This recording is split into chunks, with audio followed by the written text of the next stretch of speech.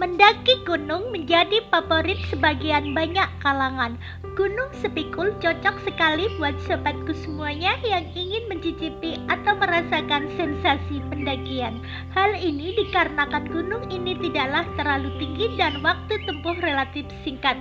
Di Gunung Sepikul ini juga memiliki cerita sejarah yang sangat menarik. Ikuti bagaimana perjalanan saya di Gunung Sepikul ini dan bagaimana sejarah daripada Gunung Sepikul kali ini.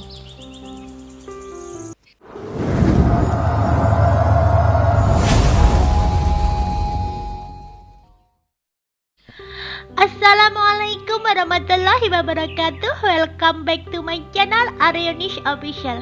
Sobatku semuanya, kali ini saya ingin mengajak sobatku semuanya mengungkap tentang 9 fakta Gunung Sepikul, wisata tersembunyi di Provinsi Jawa Tengah.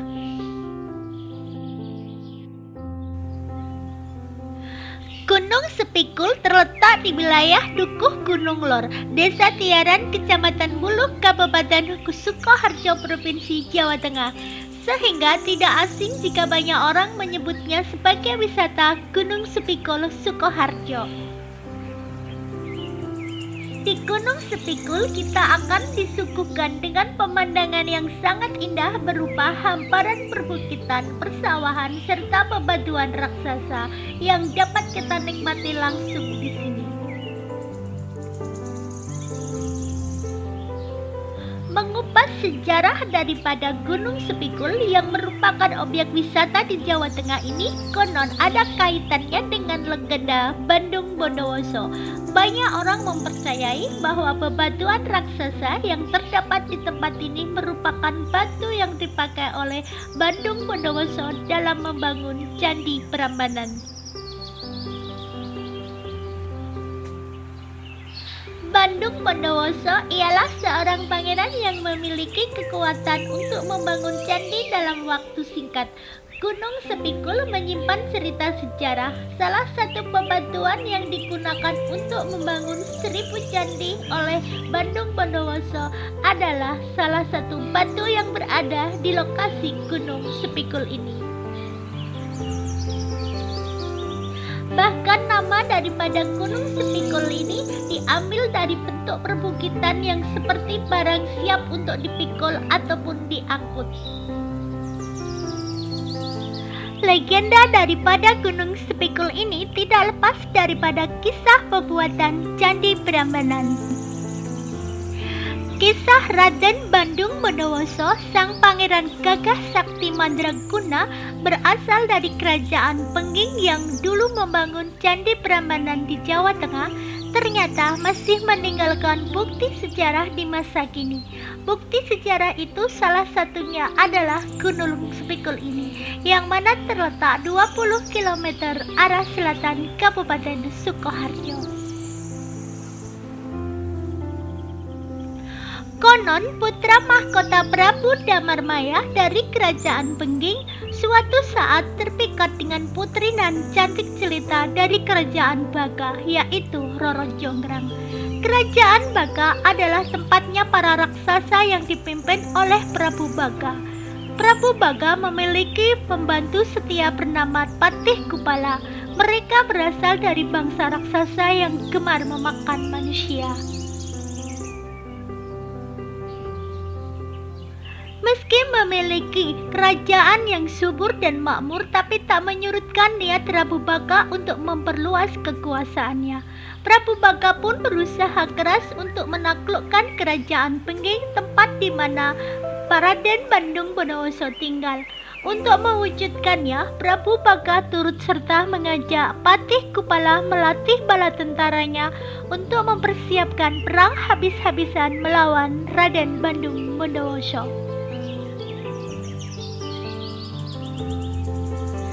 Sang raja raksasa itu mengumpulkan biaya perang dari hasil pajak daripada rakyatnya. Setelah semua persiapan matang, Prabu Baga dan tentaranya pun langsung menabuh genderang perang. Pertempuran antara bala tentara kerajaan Baga melawan Pengging pun meletus. Bala tentara kerajaan Baga langsung menyerbu Pengging. Pertempuran meletus di kerajaan Pengging. Banyak sekali korban berjatuhan. Demi mengalahkan pasukan Raja Baka, Prabu Damarmoyo mengutus Raden Bandung Bondowoso bertempur melawan musuhnya. Strategi Prabu Damar cukuplah sukses. Raja Baka akhirnya tewas di tangan Raden Bandung Bondowoso. Singkat cerita, kesuksesan daripada Raden Bandung Bondowoso yang mengalahkan Raja Baka pun sampai ke telinga Roro Jonggrang. Mendengar ayahnya dikalahkan dan kerajaannya takluk kepada Pengging, membuat Roro Jonggrang shock dan meratapi kematian ayahandanya. Setelah kerajaan Baka jatuh ke tangan kerajaan Pengging, Raden Bandung Bondowoso langsung menyerbu masuk ke istana Baka. Dan saat melihat Roro Jonggrang, seketika Bandung Bondowoso terpikat hatinya oleh kecantikan Roro Jonggrang. Raden Bondowoso akhirnya melamar Roro Jonggrang, tapi ditolak oleh Roro Jonggrang. Setelah terus-menerus dipaksa, Roro Jonggrang akhirnya bersedia dinikahi Raden Bondowoso, asalkan dengan satu syarat, sang pangeran bisa membuatkan sumur bernama Sumur Jalatunda.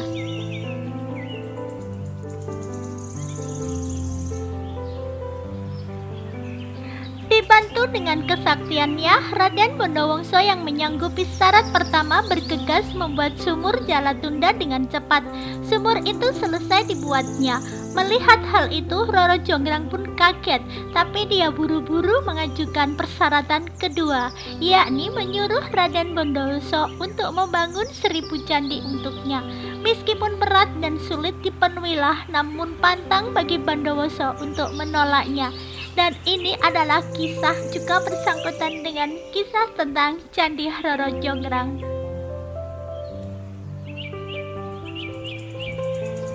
Raden Bondowoso yang sakti mandraguna tersebut mengeluarkan ilmu saktinya dengan berbagai lelakon, mulai dari bersemedi, bertapa, hingga mengerahkan makhluk halus seperti jin, setan dari bumi untuk dilakukannya agar pembuatan 1000 candi bisa tercapai.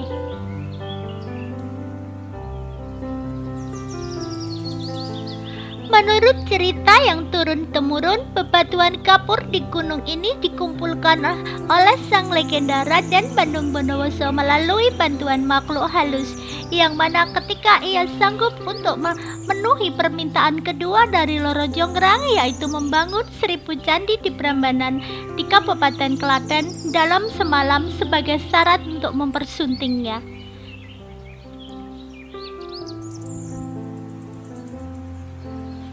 Namun ketika proses pembuatan candi belum selesai 100%, Roro Jonggrang menipu para jin dengan membuat suasana seolah-olah sudah fajar. Padahal sesuai syaratnya candi harus selesai sebelum fajar tiba. Melihat hari yang sudah fajar, para jin itu pun berlari kocar-kacir meninggalkan pekerjaannya. Mendapati kenyataan yang seperti itu, Raden Bandung Bondowoso pun marah dan meninggalkan batu-batu yang siap dipikulnya di tempat itu, yang sekarang dikenal dengan nama Gunung Sepikul. Dan untuk melengkapi candi yang sudah berjumlah 999 di Candi Prambanan Klaten, yang mana di sini kurang satu candi, Raden Bondowoso mengutuk Roro Jonggrang untuk melengkapi candi tersebut menjadi 1000. Di lokasi yang berbatasan dengan Kabupaten Wonogiri ini terdapat nama-nama batu yang juga menjadi favorit dari seluruh pengunjung wisata, yaitu Batu Tindek, Watu Jaran, Watu Pawon, dan Watu Kandang. Karena keindahan alamnya, banyak pengunjung baik dari kalangan anak-anak, remaja maupun orang tua tertarik dan penasaran ingin menjajal untuk naik ke Gunung Sepikul, terutama saat liburan. Dan seperti halnya saya yang saat ini sudah berada di hampir puncak daripada Gunung Sepikul. Demikian tentang kisah daripada sejarah Gunung Sepikul dan perjalanan saya menuju puncak Gunung Sepikul. Buat teman-temanku semuanya yang baru menemukan channel ini dan baru bergabung dengan channel Aryunis Official, dukung terus channel ini agar berkembang dengan cara like, subscribe, dan share ke teman-teman yang lainnya. Dan bagi teman-temanku semuanya yang sudah membantu saya dan mendukung saya, mensupport saya selama ini, saya ucapkan banyak-banyak terima kasih yang tak terhingga. Demikian perjalanan saya menikmati keindahan daripada Gunung Sepikul dan mendaki ke Gunung Sepikul. Dan buat teman-temanku semuanya yang memiliki hobi pendakian, sangatlah cocok untuk mendatangi tempat wisata yang satu ini. Apalagi buat pemula yang baru belajar untuk pendakian, karena pegunungan ini tidaklah terlalu tinggi. Demikian saya ucapkan terima kasih buat teman-temanku setia yang terus mengikuti perjalanan saya. Akhir kata, wassalamualaikum warahmatullahi wabarakatuh. Bye bye, sampai berjumpa di konten selanjutnya.